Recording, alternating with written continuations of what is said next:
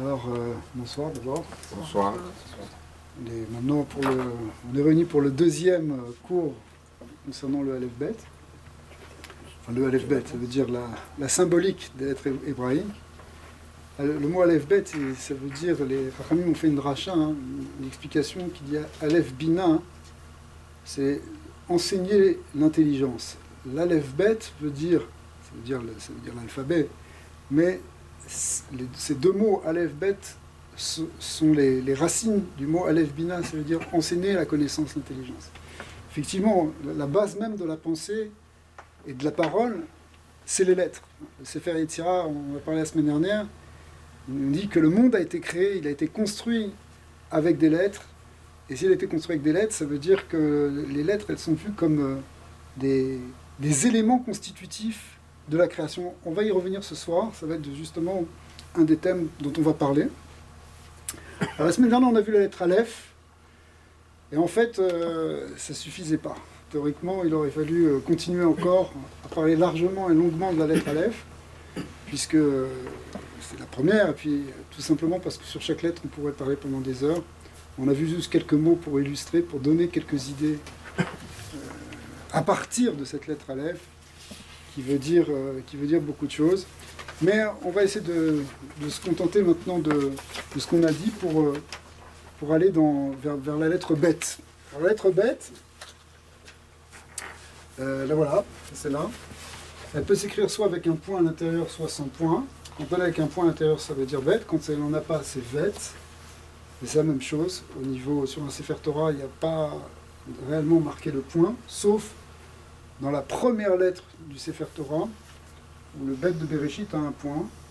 Et ce point, il représente quelque chose de très important, parce que ce point représente l'origine de la création, le point de départ de la création, le point qui est l'étincelle divine. Quand on dit une étincelle divine, c'est quelque chose d'assez fort en fait, mais qui est au cœur de l'univers. En fait, le Bet, qui est la première lettre de Bereshit, avant de parler de Bereshit, il faut parler d'abord de tout simplement ce qu'elle veut dire, cette lettre Bet. Quand on dit Bet, ça s'écrit comme ça, Bet. Bet, Yud, Tav. D'accord ? On va mettre le point à l'intérieur. Alors, Bet, Yud, Tav, ça fait Bet, mais ça se lit aussi Baït, qui veut dire la maison. D'accord ? C'est la maison. Donc, quand on a une maison, la maison, c'est pour y résider, c'est pour être dedans, c'est pour y habiter. Et en fait, si la Torah commence par la lettre Bet, la lettre de Bereshit, alors ça vient nous dire en fait que la création, c'est pour faire une maison. Dieu a créé en fait un lieu de résidence, pour lui, pour nous aussi évidemment, et pour toutes les créatures, mais pour que lui réside parmi nous. Ça, c'est l'idée de Baït. Donc, la création, c'est le mot qui veut dire création, c'est Bria. D'accord ? Bria, qui vient en fait du mot qu'on écrit comme ça, Bet, Resh, Yud, E, mais qui vient en fait du mot Bara. Bara qui veut dire créer. D'accord ? Et qu'on retrouve dans le mot Bereshit, justement. Bereshit, c'est la même chose que Bara. Shit, le mot Shit, il veut dire... Le Zohar explique qu'en araméen, ce mot veut dire 6, même en hébreu, c'est la racine qui veut dire 6, parce que Dieu a créé le monde, bara, dans les 6 directions de l'espace, le haut, le bas, la droite, la gauche, ou l'est, l'ouest, le nord, le sud. En fait, c'est un monde, un espace à 3 dimensions, donc à 6 directions. Mais la racine essentielle, c'est le mot bara, bara qui veut dire créer. Et créer, donc ça commence par ce bête. Ce bête qui est à la fois, donc on a dit, qui est la maison, mais parce que toute la création, finalement, toute la création doit devenir une maison, un lieu de résidence. C'est bien que notre mission à nous, c'est de faire de ce monde une maison. Le monde, on peut le voir comme beaucoup de choses. Ça peut être un lieu de chaos.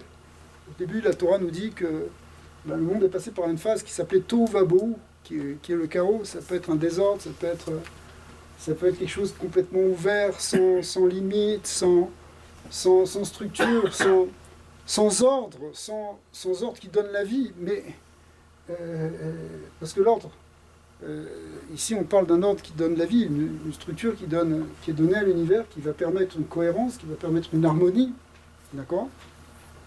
Et bien tout ça en fait, ça vient de cette lettre bête. Et cette lettre bête, dans les séphirotes, elle correspond à ce qu'on appelle la bina, qui commence par bête, d'accord?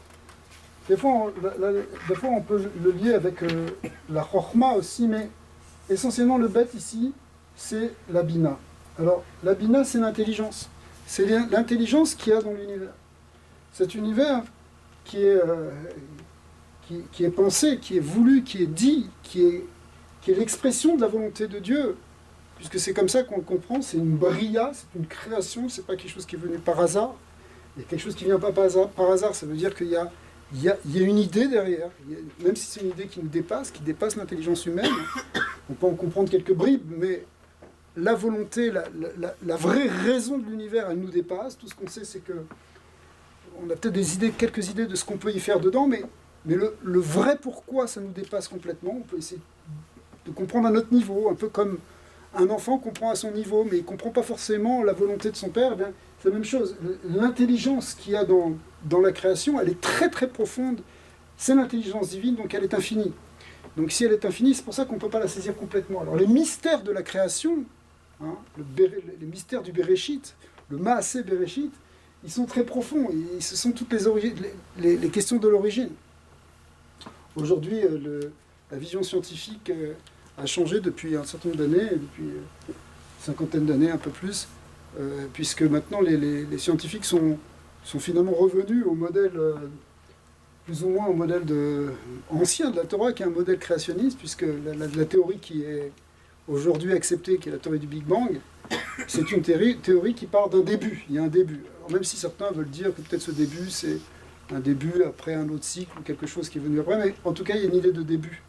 Donc, dans l'idée de début, c'est l'idée justement de Bara, de Boré. Mais qui dit qu'il y a un début, et qui dit qu'il y a une suite, et qui appelle une fin, on va vers, quand je dis une fin, c'est-à-dire on va vers un but, ça dit qu'il y a une intelligence.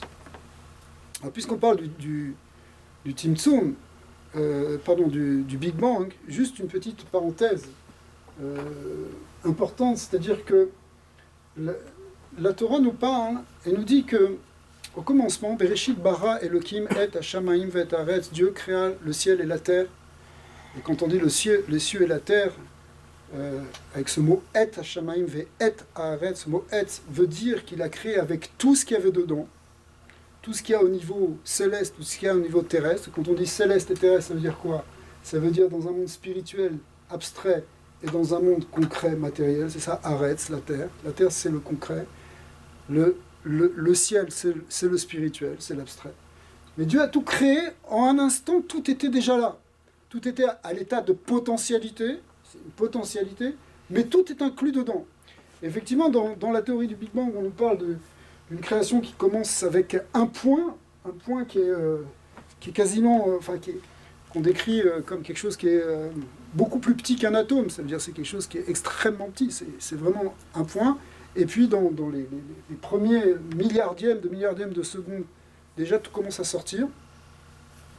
Et ce point de départ, c'est un point qui contient toute l'énergie et toute la matière de l'univers à venir. Tout est dedans. Oui. On retrouve exactement ce que nous disent les maîtres de la Kabbalah, que dans le mot Bereshit, déjà tout est là. Et même ils nous disent que dans le point du bête de Bereshit, quand on l'écrit avec un point, ce point-là contient déjà tout ce qui va exister. D'accord. Le point de Bereshit, ce point-là, des fois on dit ce point extrême, peu importe où est-ce qu'on le situe, mais il y a une idée que il y a un point, en hébreu c'est une nekuda, et de cette nekuda, tout a jailli. Ça commence par une brisure, ce qu'on appelle la Shvirat HaKelim, où il y a une espèce d'explosion, et puis c'est comme ça que c'est présenté dans les Sfarim du Harizal. Il y a d'abord une contraction dans un point, l'apparition d'un point, puis ce point explose en quelque sorte. Et cette Shvirat HaKelim, cette explosion, c'est ce qui correspond au deuxième verset de la Torah, où on nous dit que la terre était tohu vabohu, vechocher al peneterum, c'est-à-dire chaos, ténèbres, abîme. Et dans ce moment-là, on voit encore rien. Et c'est intéressant parce que dans la théorie moderne du Big Bang, il y a d'abord une explosion énorme, avec une chaleur inouïe, tellement grande que les premières particules ont du mal à émerger, il n'y a pas d'atomes, la lumière ne peut pas passer, il faut attendre un grand moment avant que la lumière puisse passer, avant que la lumière puisse apparaître, tellement l'intensité de cette chaleur est forte. Et cette espèce de soupe primordiale, on le voit comme quelque chose, comme presque un état liquide, et c'est exactement ce qui est décrit dans les textes du Rahavad ou du Harizal au XIIIe siècle ou au XVIe siècle. On passe par le Tohuvabohu, qui est une espèce de matière première complètement informe, et qui précède encore la lumière. C'est pour ça que c'est après dans les versets, dans la Torah, que Vayomer Elohim Yeor, Dieu dit que soit la lumière, et la lumière fut. D'accord ? Mais ça vient après le verset qui nous parle du Tohu Vebohu. D'accord ? Parce que d'abord, l'univers, il est tout contenu en un point, il y a une explosion qui amène un chaos, qui amène une ténèbre, un rocher, rocher ça veut dire ténèbre, et après, la lumière commence à jaillir. C'est intéressant que vraiment, aujourd'hui, dans les modèles physiques, on retrouve, et astronomiques, on retrouve exactement ce qui est donné dans le système, dans les systèmes qui ont été développés par les kabbalistes. Et c'est pas un hasard, parce que les Mekoubalim ont compris par leur étude et par leur roi Kodesh, parce qu'ils leur esprit inspiré du fait de leur étude profonde, finalement ils ont compris des vérités sur l'univers, ils ont révélé des choses sur l'univers, et finalement cette connaissance-là, elle se retrouve même aussi par une autre approche, qui est une approche plus extérieure. Le Harizal dit que, en fait, la source de l'intelligence, de la Bina, elle vient de Dieu, et cette intelligence-là, elle descend, on peut la recevoir au niveau de la Torah, mais on peut aussi la recevoir après au niveau de la science.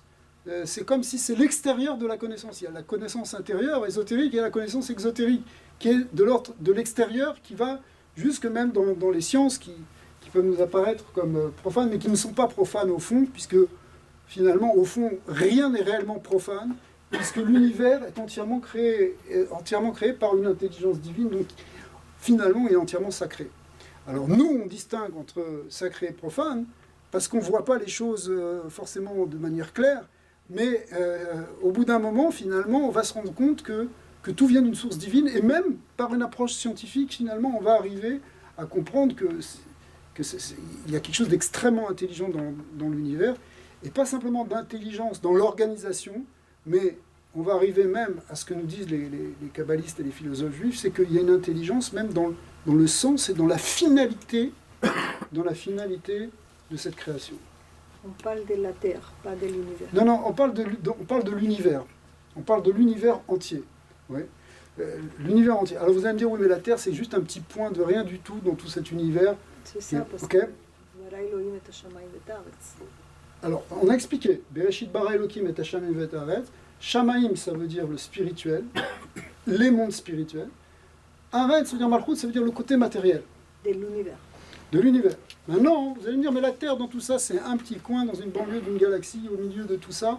C'est complètement insignifiant, ça peut même pas se voir sur la carte. On a un univers qui est dans une dimension qui est absolument incomparable avec ce qu'est la Terre. Oui, d'un côté, on pourrait se dire, alors qu'est-ce qu'on est ? Et d'un autre côté, on peut se dire aussi, effectivement, le sentiment de grandeur de l'univers, on en a encore plus conscience aujourd'hui. Mais il y a un point, on l'avait relevé une fois dans un cours, c'est que même d'un point de vue purement rationnel, il faut comprendre que la quantité d'intelligence et d'information qu'il y a pour créer et pour faire fonctionner ne serait-ce qu'une cellule humaine, ou un corps humain, et on parle encore là que du corps, c'est beaucoup plus encore que le fonctionnement de toutes les galaxies. C'est-à-dire que ce qui se passe dans une étoile, par exemple, il y a des réactions, atomiques, de fusion, de fission, des choses extraordinaires qui vont créer des éléments, etc. Mais au niveau de la complexité de l'intelligence qui est mise, l'intelligence ça vous choque comme mot, mais l'information qui est contenue dans la constitution d'un corps humain pour faire fonctionner un corps humain, c'est plus que tout ça. Donc, c'est vrai qu'on a l'impression qu'on est tout petit, rien du tout, ça n'a rien à voir. Oui, sauf que c'est bizarre, il y a plus d'intelligence dans un homme que dans une galaxie. Quand je dis dans un homme, ça veut dire, je ne parle pas de son intelligence, Et son corps, de ses c'est quelque chose, pour faire fonctionner, faire fonctionner ce qui se passe dans le flux sanguin ou dans quoi que ce soit, c'est quelque chose qui est extrêmement complexe. C'est plus complexe que tout ce qui se passe à la surface de Vénus, où c'est simplement des orages, etc. D'accord ? Il y a ou ce qui se passe dans une étoile. Vous comprenez ? Donc ça veut dire que l'intelligence, c'est vrai, tout est intelligent, tout est information. Aujourd'hui, on peut le dire comme ça, sans que ça ait l'air mystique, si vous voulez. Mais toute l'intelligence qu'il y a dedans, finalement, la plus grosse dose d'intelligence, ça va se retrouver sur Terre. Et ça va se retrouver sur Terre dans le règne humain. Vous comprenez ? Et encore plus si on rentre après dans des niveaux plus subtils, pas simplement physiques. Ok ? Alors, c'est pour ça qu'en fait, derrière la création, en réalité, la création, c'est aussi vu comme une forme d'enfantement, en réalité. Pour amener la racine de Bina, c'est le mot Ben. Ben qui veut dire fils, ça c'est avec un nun sophite. Qui veut dire fils, ça veut dire que la Bina, qui est l'intelligence, elle est vue comme une matrice qui engendre, qui met au monde, justement, une création et des créatures, qui sont vues comme... c'est pour ça qu'il y a un verset qui nous dit, ce sujet d'Israël, mais on peut le comprendre déjà au niveau même de l'univers, mais précisément au niveau d'Israël, parce qu'il y a quelque chose de spécial. Banim atem lachem Elokem. Vous êtes des enfants. Banim. Banim, c'est le pluriel de Ben. Vous êtes des enfants pour Hachem. D'accord ? Ok. Alors, ce mot Ben, il est intéressant parce que c'est... Qui dit Ben, dit mère, mais dit aussi père. Alors peut-être on va le reprendre sur une autre feuille pour y voir plus clair.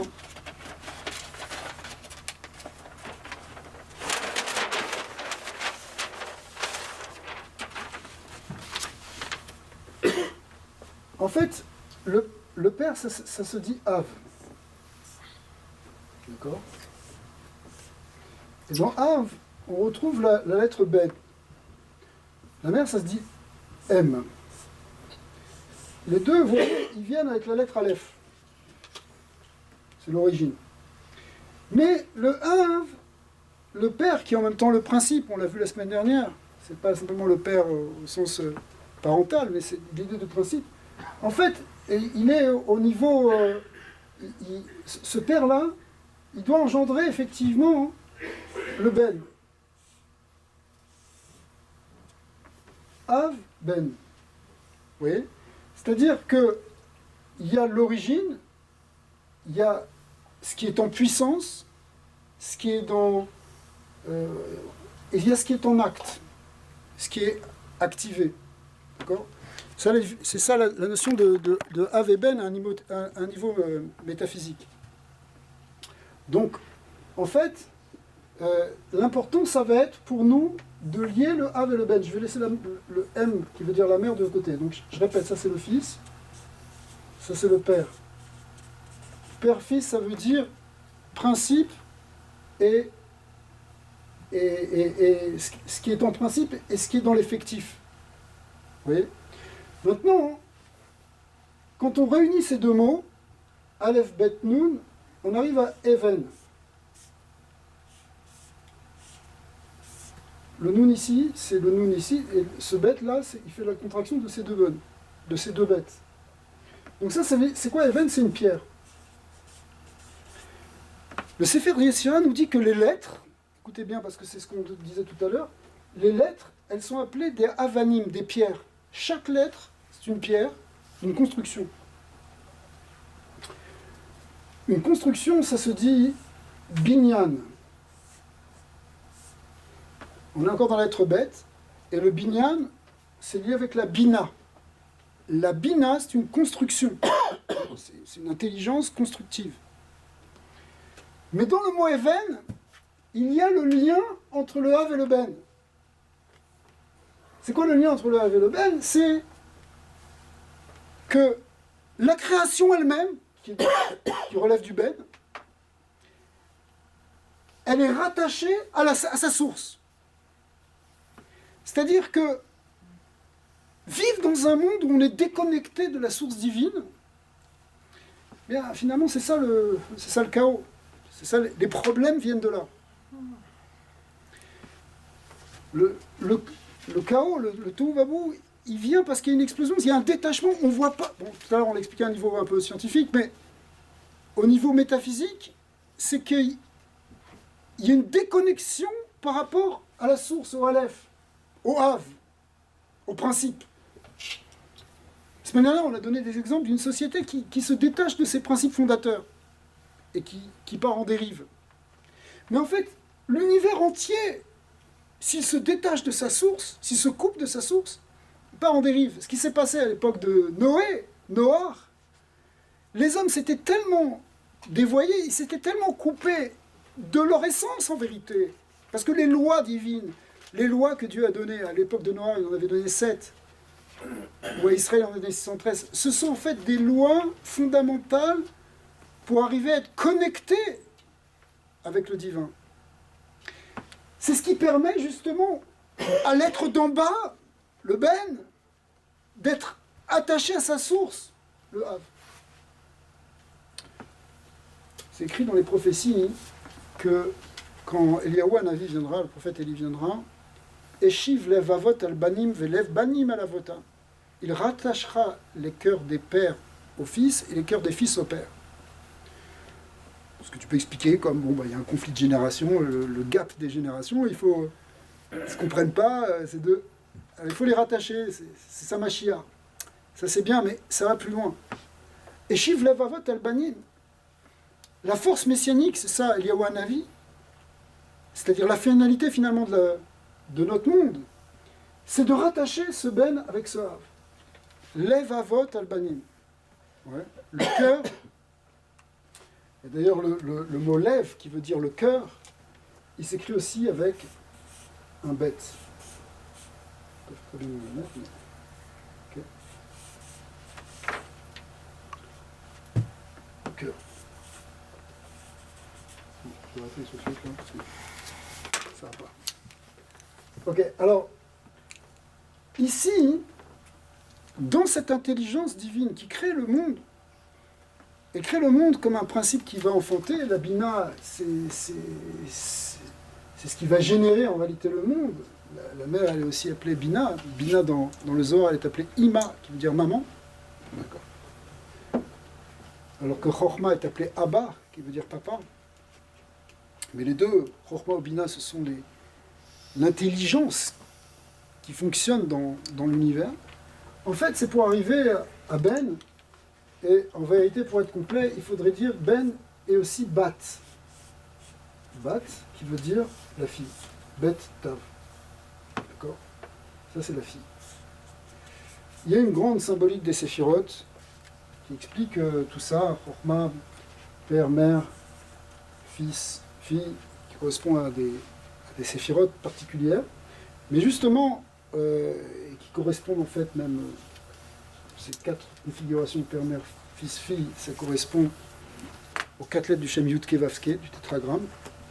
Et l'idée, c'est que le tétragramme, qui est le nom de Dieu, il faut qu'il soit uni. Le travail d'Israël, c'est d'unifier le nom d'Hachem, c'est de le proclamer comme un, et donc de réunir ces éléments qui sont divers dans la création. Mais essentiellement, pour ne pas trop compliquer maintenant par rapport à ces idées de Séphirot, c'est l'idée de rattacher le haut avec le bas, le principe avec la réalité concrète. Et c'est comme ça qu'on fait de ce monde, justement, un baït. Un baït, d'ailleurs un baït, ça veut dire une maison, ça veut dire aussi une famille. D'accord ? Mais évidemment, et c'est pour ça aussi d'ailleurs que très concrètement, il y a une importance qui est capitale dans la notion de famille dans la Torah. D'accord ? Il y a donc une vraie source une vraie source ésotérique à tout ça, si vous voulez, profonde en tout cas. Vous voyez? Donc l'idée, c'est qu'il y ait à la fois, c'est qu'on puisse tout réunir, donc qu'on puisse tout réunir dans la création. Une des grandes choses qu'on doit faire pendant le travail, si vous voulez, que nous on a à faire dans ce monde, c'est un travail que les Mekoubalim appellent, les Mekoubalim, c'est-à-dire les kabbalistes, appellent le birour. Birour qui vient du mot borer. Borer. On n'est pas obligé d'écrire avec un vav. Mais ça veut dire quoi, borer? Borer, ça veut dire trier. Ceux qui connaissent un peu les halachot de Shabbat, ils savent qu'on n'a pas le droit de trier Shabbat. Ça fait partie des 39 travaux de Shabbat. Mais en fait, la notion de tri au niveau spirituel, il est compris comme, et ça commence par un bête, il est compris comme l'idée justement de clarifier, de mettre en place. Quand vous triez, c'est la première chose que vous faites pour reconstruire un puzzle. Pour reconstruire, en fait, pour redonner de l'ordre et de l'harmonie dans la création. Mais c'est ce qu'il faut faire aussi en nous. Parce qu'en fait, ce tri qui vient réparer ce chaos, qui vient réparer ce tohu-vabou, où tout est parti en désordre, où tout a l'air de relever du hasard. En réalité, c'est montrer qu'il n'y a pas de hasard, qu'en fait, chaque chose a son sens. Il faut redonner du sens à chaque chose de notre vie, à chaque partie de nous-mêmes.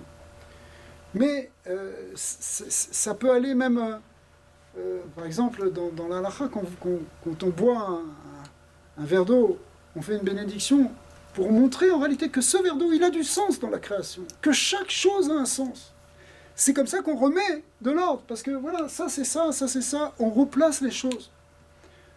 Aujourd'hui, pourquoi on sent qu'il y a une espèce d'insécurité spirituelle, où on sent qu'on est dans un monde où il y a une perte de sens, où on ne sait pas très bien, où les gens ne savent pas quelles sont les vraies valeurs? Eh bien, parce que tout s'est mélangé. Il y a eu un mélange. La faute d'Adam Arishon, c'est le Etz Hadat Tovara, l'arbre de la connaissance du bien et du mal, qu'on peut traduire l'arbre de la confusion, du mélange du bien et du mal. D'accord? On a mélangé, on ne sait plus où est le bien, on ne sait plus où est le mal. Quand ce qui nous paraît bien, il n'est peut-être pas ce qu'il est. Et même dans quelque chose de bien, il y a peut-être quelque chose de négatif. Dans quelque chose de négatif, il y a quelque chose de positif. Ce qu'on fait quand on fait un birour, un tri, en fait, on remet en place les choses. C'est pour ça que cette mélacha, ce travail de borer, il est un des prototypes en réalité de tout le travail qu'on a à faire. Ce qu'on appelle aussi dans la chassidoute avodat abirurim, ce travail des tris. Et c'est comme ça que finalement, on arrive à remettre de l'ordre dans la maison. Quand tu as une maison qui est complètement sans dessus-dessous, tu ne sais plus, alors si le lit il est collé au plafond, comment tu vas faire? Okay, la chaise retournée, la table renversée, faut que tu remettes en ordre. On a un travail de remettre en ordre le monde. Ceux qui sont dans la construction, ils arrivent des fois, c'est un chantier, ils remettent tout en ordre. Mais on doit mettre aussi en ordre les choses en nous. C'est ça le plus important. C'est comme ça qu'en fait, on arrive à transformer ce monde. C'est le travail de transformer physiquement, mais c'est aussi transformer évidemment spirituellement, au niveau relationnel.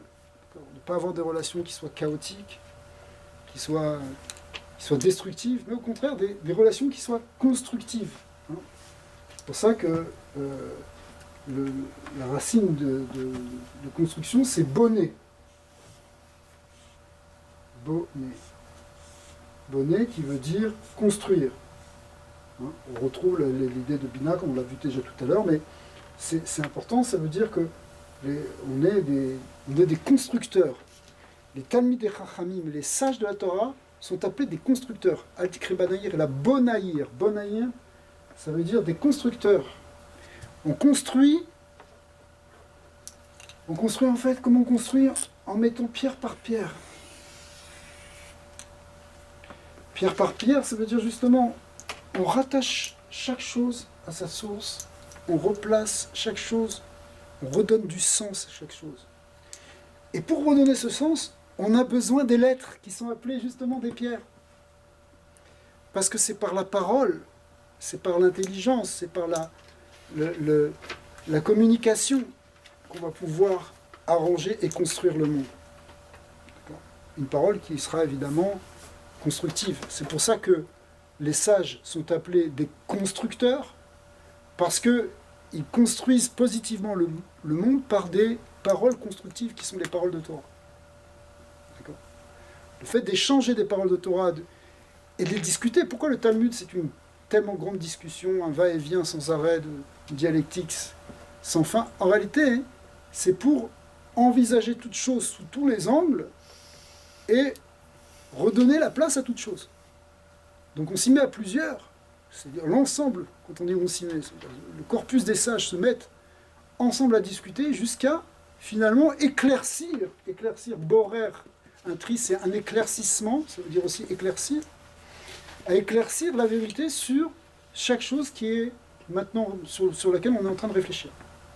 Une fois qu'on peut trouver la bonne place, alors non seulement on peut trouver les vraies valeurs, on peut trouver aussi le vrai fonctionnement, la vraie loi du monde, si vous voulez, ou les lois, ou comment elles s'appliquent, ces lois, dans des cas particuliers. C'est vrai que le Talmud, en fait, il va aboutir aussi à une halakha, c'est-à-dire à un fonctionnement du monde et un fonctionnement quotidien pour les hommes. Dans le Hallel, il y a le mot Even. Oui. Even Maasu Abonim Aïta les Rosh Pina. La pierre. Alors, comment est-ce que ça va arriver à ça? C'est un très, très bon sujet, ça. J'aime beaucoup. Il y a un verset des psaumes, en particulier dans le psaume 118, d'accord, qui dit « Even Maasu Abonim » la pierre délaissée par les constructeurs, Bonim, les constructeurs. La pierre, Even, délaissée par les constructeurs, Aïta les Rosh Pina, finira comme la clé de voûte. C'est-à-dire, c'est une forme, c'est une pierre elle a une forme bizarre. On ne sait pas où la rentrer, elle n'est pas carrée, elle ne rentre pas là dans la construction.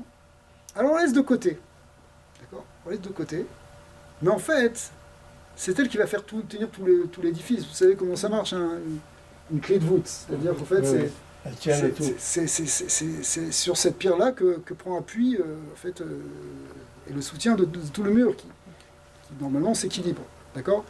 Alors, sur ce verset, hein, il a été dit beaucoup de choses. En particulier, par exemple, cette pierre, elle peut représenter le peuple d'Israël. Une des explications connues, c'est que le peuple d'Israël, c'est la pierre, on ne sait pas trop où la mettre dans l'humanité. Elle est bizarre, elle ne colle pas avec le reste. Elle n'est pas comme les autres. Elle est toujours spéciale avec son Dieu unique, etc. Ça ne rentre pas dans le schéma global. Alors elle est mise de côté. Les Juifs, ça ne sert à rien, on ne sait pas pourquoi ils sont là. Mais en fait, à la fin, ils donnent la clé de voûte. Parce que justement, ils amènent le message qui permet de faire tenir tout le monde, qui permet de réunir toutes les nations. Le grand enjeu, c'est que Israël soit au centre des nations pour les réunir. La dispersion de l'humanité, elle est venue avec la destruction de la tour de Babel, la destruction d'une tour, d'une construction. Maintenant, cette reconstruction, elle va trouver, justement, il faut reconstruire, il faut que l'humanité reconstruise, soit reconstruite, c'est-à-dire qu'il y ait une unité. Mais pour qu'il y ait cette unité, il va falloir cette pierre. Alors des fois cette unité, elle est déjà utilisée par l'antisémitisme. L'antisémitisme, c'est une manière aussi pour les gens de diverses nations de pouvoir s'unifier, mais dans un message contre Israël. Alors que la finalité messianique, c'est le contraire. C'est que Israël, finalement, permette la réunion de tous les frères de l'humanité. Comme Joseph avec ses frères. Joseph a été jeté et vendu en Égypte par ses frères, qui ont pu se réunir à ce moment-là. Le verset nous dit qu'une fois qu'ils ont jeté dans le trou, ils se sont assis, ils ont mangé du pain, hein, tous ensemble. Ils ont fait un repas, une séouda. Pourquoi ? Jusque-là, ils ne pouvaient pas, ils n'arrivaient pas. Quand tu manges ensemble, ça veut dire c'est une unité, d'accord ? On partage quelque chose, on est... Okay. Mais ce qui leur a permis, finalement, d'être unis, c'est parce qu'ils étaient tous d'accord sur l'idée de rejeter Joseph. Maintenant, le Mashiach, et Joseph c'est un des prototypes du Mashiach, mais c'est qu'une étape. C'est que finalement on va arriver à un moment où tout le monde va être uni autour de Joseph, c'est-à-dire autour d'Israël ici, comme les nations autour d'Israël, si vous voulez. Comme on le voit à la fin, plus tard, quand finalement les frères le retrouvent, 22 ans plus tard, ils sont tous avec lui. Et lui, il est au centre, et il permet, au contraire, c'est lui qui les unifie. D'accord ? Alors ici, il y a cette symbolique-là, parce que les frères de Joseph, ils représentent les nations, et Joseph représente Israël, c'est une des interprétations. Donc cette pierre qui est délaissée, qui est en fait le Ham Israël. Pourquoi c'est le Ham Israël ? Pourquoi c'est le peuple d'Israël ? Parce que le peuple d'Israël, c'est celui qui veut, ou qui doit être, en tout cas, à l'image d'Hachem. C'est-à-dire, qui doit, dans le Ben, on doit pouvoir voir le Hav. Ouais. Dans l'homme, on doit voir la face divine. D'accord ? Donc lui, il est cette pierre. Cette pierre, en réalité, toutes les nations aussi, ce sont aussi des pierres. Sauf que cette pierre-là, c'est celle, finalement, qui est la clé de voûte. Comme en haut de la Teva, de l'arche de Noé, hein. Tsoar, c'est la Teva. Dieu a dit à Noé, tu vas faire un Tsoar qui est soit une fenêtre, après un avis, soit une pierre précieuse qui donnait de la lumière. Rachid ramène les deux explications. Dans tous les cas, on dit que c'est une fenêtre, c'est-à-dire que c'est une fenêtre, c'est ce qui connecte avec la lumière céleste, c'est-à-dire avec quelque chose de supérieur. Soit c'est une pierre précieuse, c'est-à-dire que cette lumière, elle est manifestée à l'intérieur déjà. Cette lumière divine, vous voyez ? Et bien ça, c'est cette pierre-là qui est ce tsoar, cette fenêtre ou cette pierre précieuse. C'est la même chose que cette idée de clé de voûte ici. Ok, alors